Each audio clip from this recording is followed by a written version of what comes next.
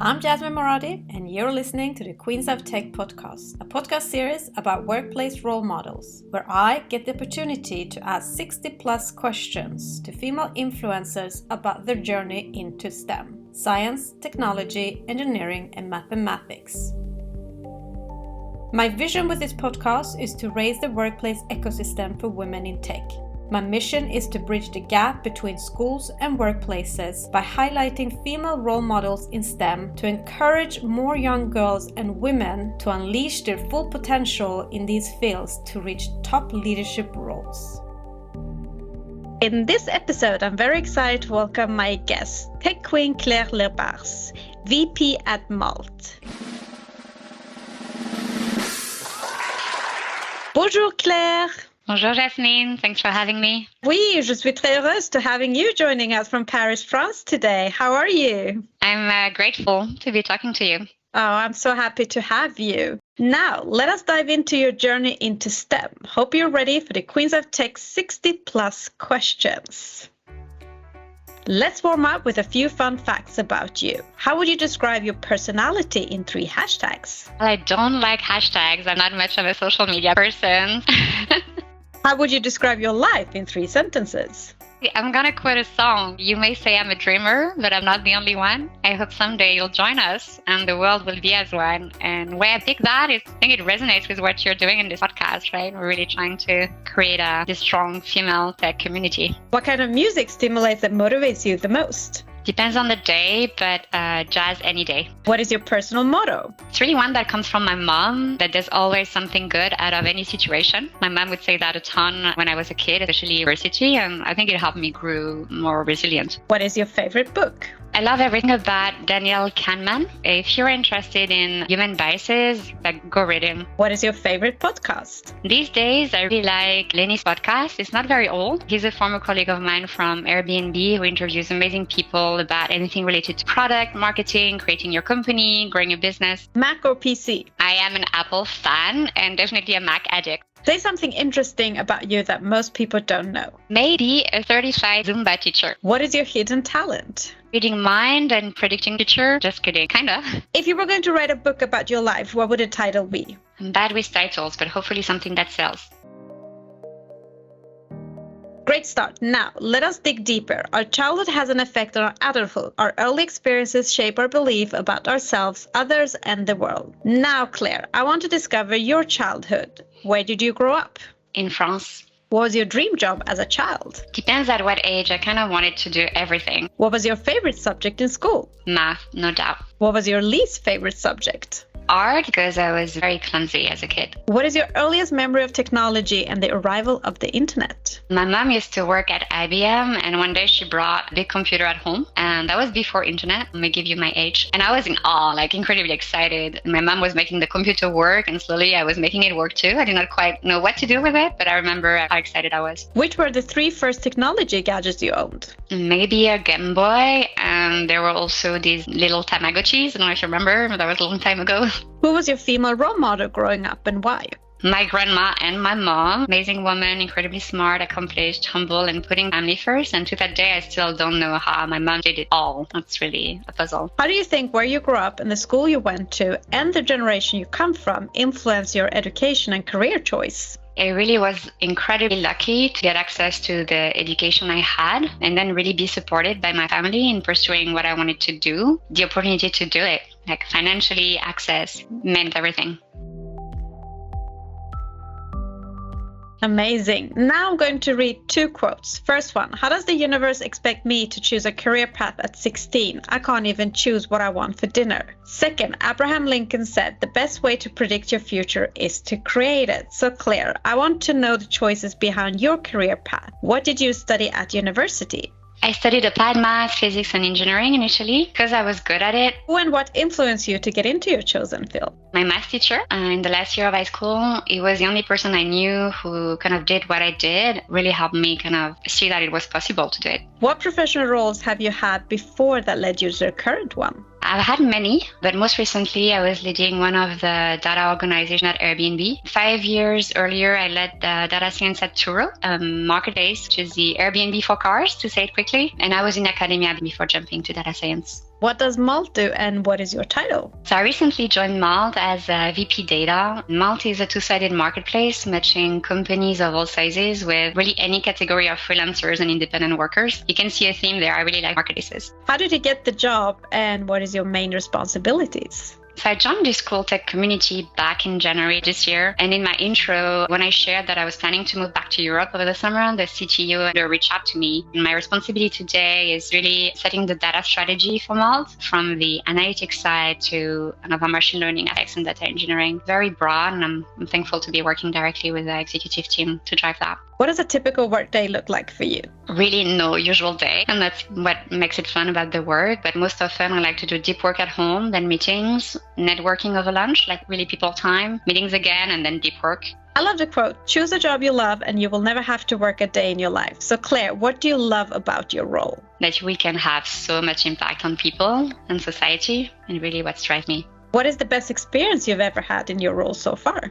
Only a few weeks in, but I'm incredibly thankful for the time Vincent, the CEO, and my manager is spending with me as I onboard. It's really, really valuable. And what is the biggest challenge you've encountered so far and how did you tackle it? There are a lot of practices need to evolve in the company. That's why I got hired, but change can be difficult. So my approach is to take the time to bring people along with my diagnostic and share with them, why we need to make certain changes and listen to their concern and listen again. Change management is the biggest challenge right now. What do you wish everybody understood about your role? That my job is much more than data, even though it's my title. The more I know about the type of challenges people have, the more business context I get, and the better job I can do. What is the one common myth about your professional field that you want to disapprove? That data scientists can't communicate.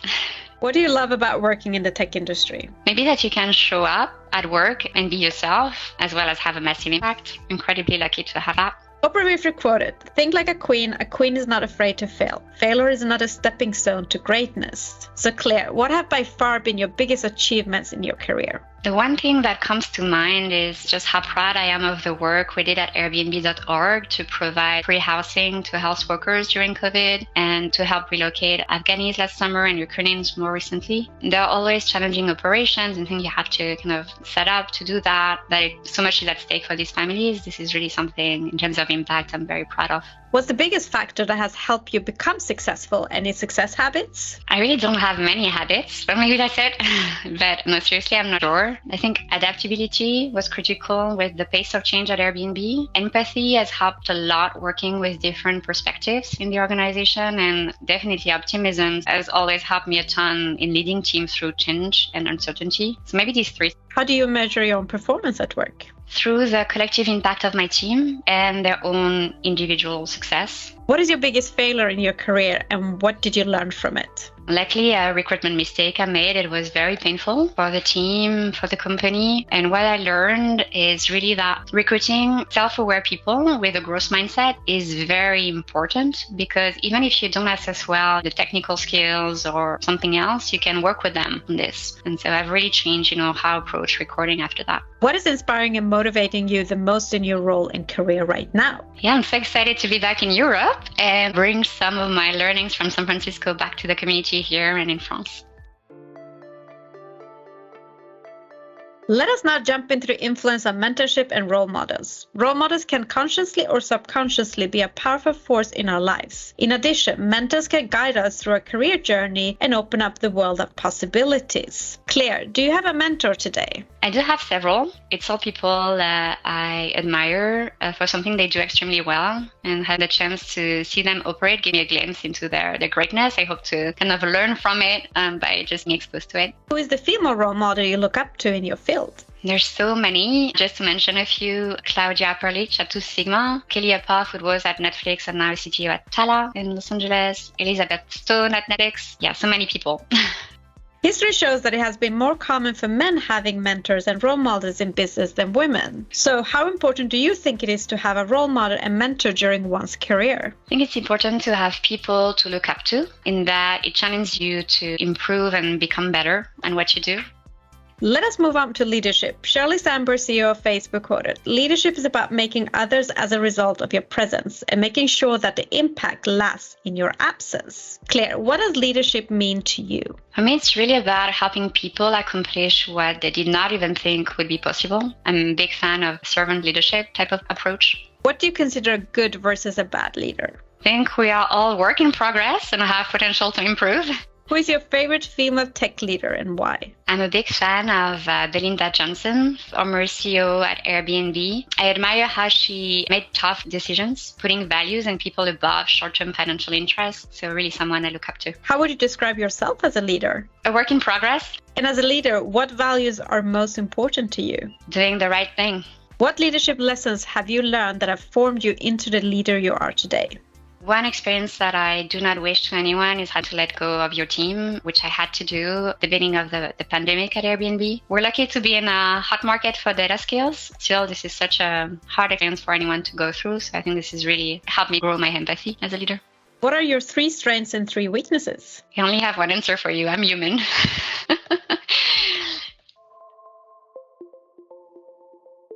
Let us now jump into the hottest topic in business today, workplace culture, unlocking the power of diversity, equality, inclusion, and belonging. Claire, what does diversity, equality, inclusion, and belonging mean to you personally? That I can show up as Claire, as myself at work. What do you consider being 3 to 5 signs of good company culture if you were going to join one? For me, the number one critical sign is that people openly tell you what is wrong with the company or with their team or with their manager. It's really a signal that they feel psychologically safe enough to speak up. As a woman, what has been the most significant barrier in your career and how have you overcome these challenges? Most significant barrier for me has been advocating for myself, promoting my work. It's really not something I would do naturally. I've been lucky. I've had great female peers who have challenged me on that, in doing more of it. And I love how other females and men sometimes been advocating for someone that they see for me or for some other people. And this is something I've been trying to replicate. And it also helps me being more comfortable doing it for myself. Why do you think it's important for more women to join the tech industry?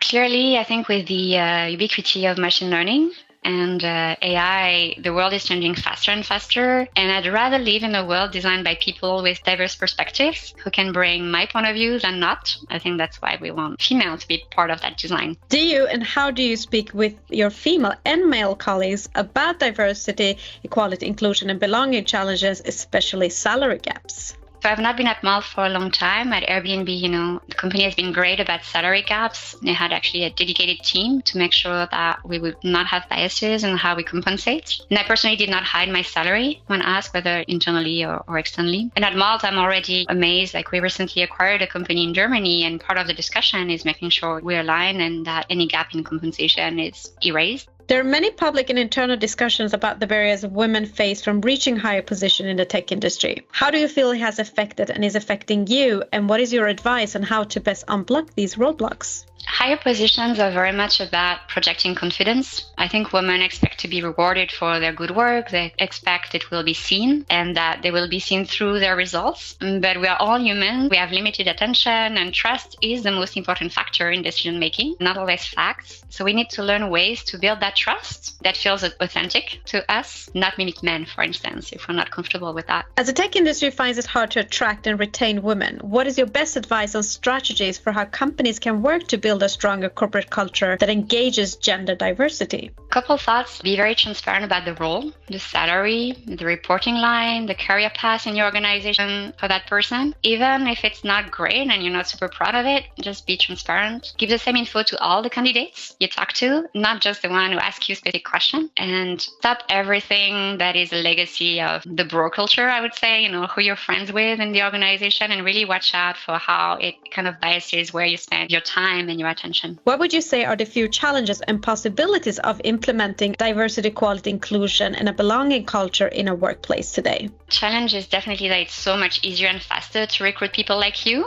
and we have even more pressure now that we're in a talent crisis. Obviously, taking time to interview a diverse set of candidates can be challenging, but I think recruiting is very important in implementing inclusion culture in the workplace, and something that has been very powerful at Airbnb in increasing the diversity of the team, and as a result also kind of a stronger culture, has been to make sure we would interview a diverse set of candidates, bring a diverse set of candidates on site before making any hiring decision, and blocking a hiring decision if it has not followed that process. Why and how do you think companies would benefit from having workplace gender diversity, especially better gender representation at C-level? I would not join a company that does not have a diverse group of leaders because I would not enjoy working there, for one. But more importantly, I think it is set to fail. Why would I join a company that's going to fail? How much do you think the industry has changed regarding diversity, equality, and inclusion and belonging since you joined? It's really hard to say. The one thing that has changed is that this is a topic and some companies set goals against it. Awareness is definitely much higher, but I'm not sure CEOs, the C-suite yet realize the importance of it. Looking back on your career, what one thing would you have changed in your working environment to break the bias? That's a very tough question, Jasmine. I wish I knew so I could have changed it. Looking forward, what will you do as a leader to improve the bias for the next generation of women in tech? I mentor and coach women in data science today. Many of them are in management roles and struggle to get their voice and point of view across. I love it because I also learn a ton from them, and it helps me, realize that there is nothing wrong. It helps them realize that there is nothing wrong with them. And so I just want to do more of it and see how I can scale that mentorship.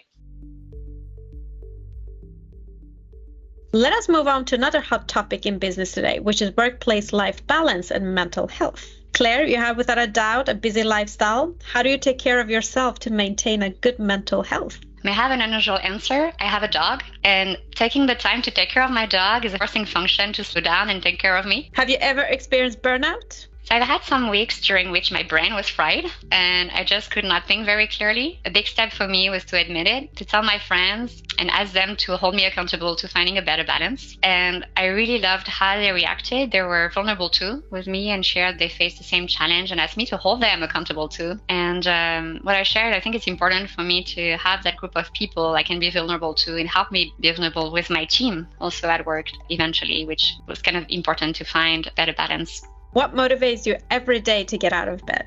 How fun my day is going to be, all the things I'm going to learn, and interesting people I will meet. I sometimes can't believe how lucky I am. What is your advice on how companies can create a more mentally healthy workplace in the new now? Lead by example. It really starts with the leaders. Moving back to France, I do notice that people do not send emails after 7 p.m. and on the weekend. They really do that.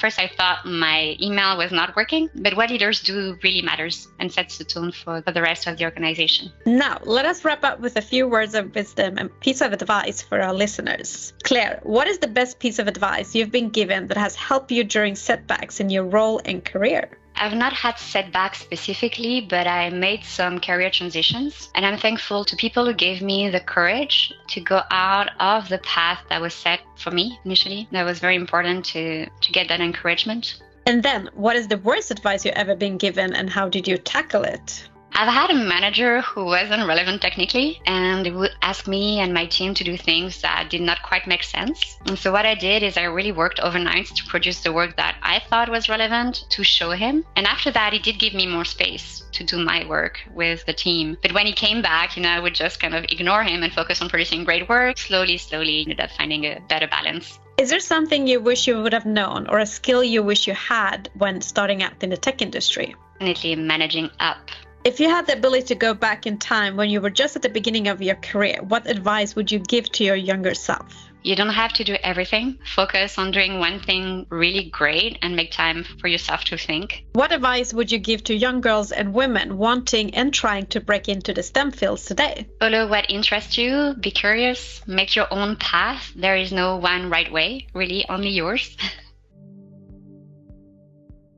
Last but not least, what is next for you in your role and career in tech? What are your career aspirations? I'm not ready yet, but I'm considering starting my own company. Actually, I love your entrepreneurship with this podcast, Jasmine. I really thank you for having me. I would like to thank you, Claire, so much for being a guest on the Queens of Tech podcast. Sharing your journey will without a doubt inspire change and reshape company culture for the new generation of women in tech. Thank you for listening. If you have worked in the tech industry minimum 3 years and would like to share your journey, please nominate yourself or somebody you know to i@jasminemoradi.com. For more podcast episodes and to learn more about the Queens of Tech initiative and to support us, visit queensof.tech.